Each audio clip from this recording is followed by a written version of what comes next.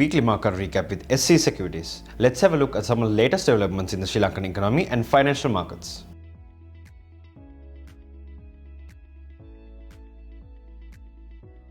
The Sri Lankan government injected 5 billion rupees in equity into Lankan Airlines during the first 4 months of 2024 to alleviate the financial constraints. Despite facing financial constraints, the airline reported a revenue of 333.6 billion rupees for the fiscal year 2023-2024, marking a 8.6% decrease from the previous year. However, it managed to report a profit before tax of 7.3 billion rupees in 2023-2024, a significant improvement from the 73.3 billion rupees loss recorded in 2022-2023. Largely attributed to a favorable exchange rate adjustment.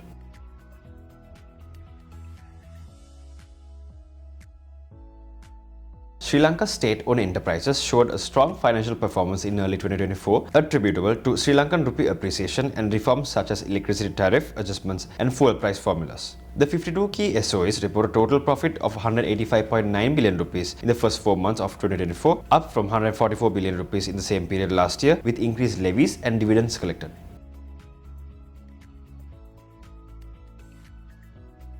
The Asian Development Bank approved a $100 million US loan for Sri Lanka's power sector reforms and renovation program aimed at enhancing financial sustainability and institutional efficiency with the Ceylon Electricity Board and Ceylon Electricity Private Company. The initiative, part of a larger $300 million project, emphasizes restructuring to improve governance and operational efficiency while promoting investments in renewable energy to reduce reliance on imported fossil fuels. The ADB urges transparent regulatory frameworks and private sector involvements to foster competitions and innovation in the sector.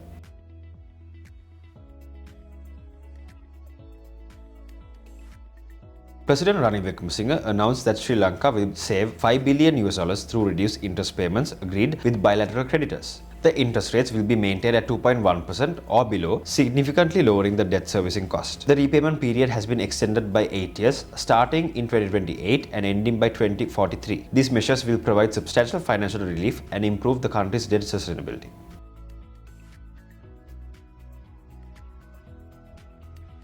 Minister of Foreign Affairs Ali Sabri highlighted that Sri Lanka's successful debt sustainability process with bilateral creditors will yield savings of approximately $17 billion US. The restructuring, guided by advisors Lazard and Clifford Chance, focuses on reducing the debt burden up to 95% of GDP and limiting foreign loan interest payments to 4.5% of GDP as stipulated by the IMF.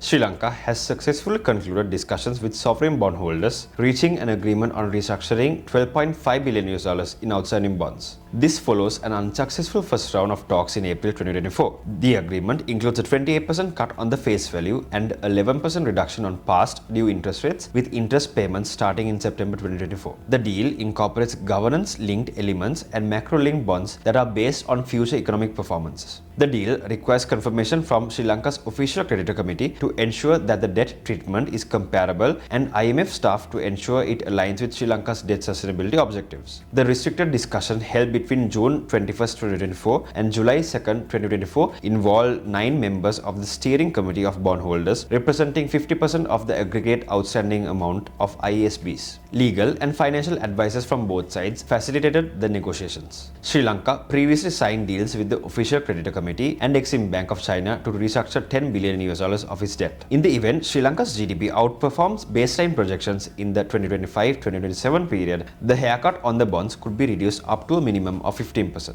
If GDP falls below baseline projections, that haircuts would be increased up to 40%. Interest rates on the restructured bonds could reach 9.75% after 2033. The restructured bonds will mature between 2028 and 2038, whilst past due interest will be turned into 4% bonds with a total principal of $1,678 million maturing from 2024 to 2028.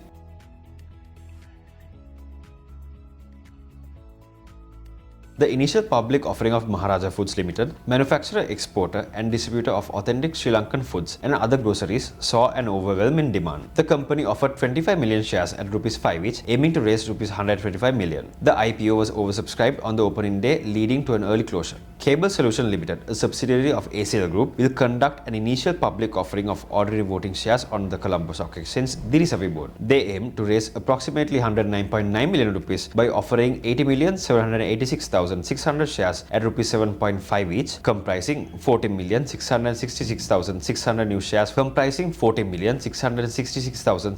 new shares for subscription and 66,120,000 existing shares for sale. SEAT Kalni Holdings, a Sri Lankan tyre manufacturer, has entered the Brazilian market by dispatching its first export consignment of tyres to Brazil. This marks Brazil as the second South American country in SEAT's international expansion, which now spans 16 countries. Prior to commencing exports, SEAT Kalni obtained in-metro certification from Brazil's National Institute of Metrology, Standardization and Industrial Quality, ensuring compliance with local standards.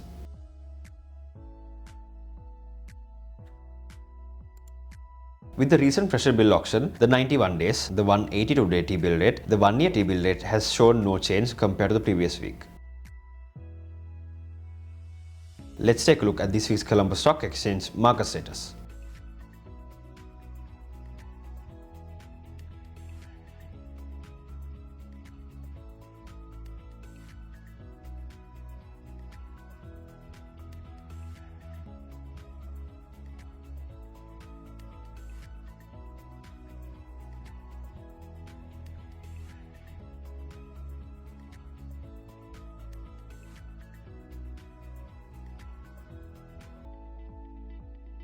Given the 50-day moving average has been above the 200-day moving average and that the current trading price lying above the 50-day moving average shows a bullish trend for the counter MGT. With the trend-based fib extension drawn from 5th April, it is currently trading between the fib range 61.8% and 78.6%, closing at Rs 45. Historically, we can see two resistance and support levels at 42 and 46.1, which are on either sides of the current closing price, where a reversal can be observed in either way. The RSI is in neutral zone currently with a bearish slope. Thank you for watching, and we'll be back next week.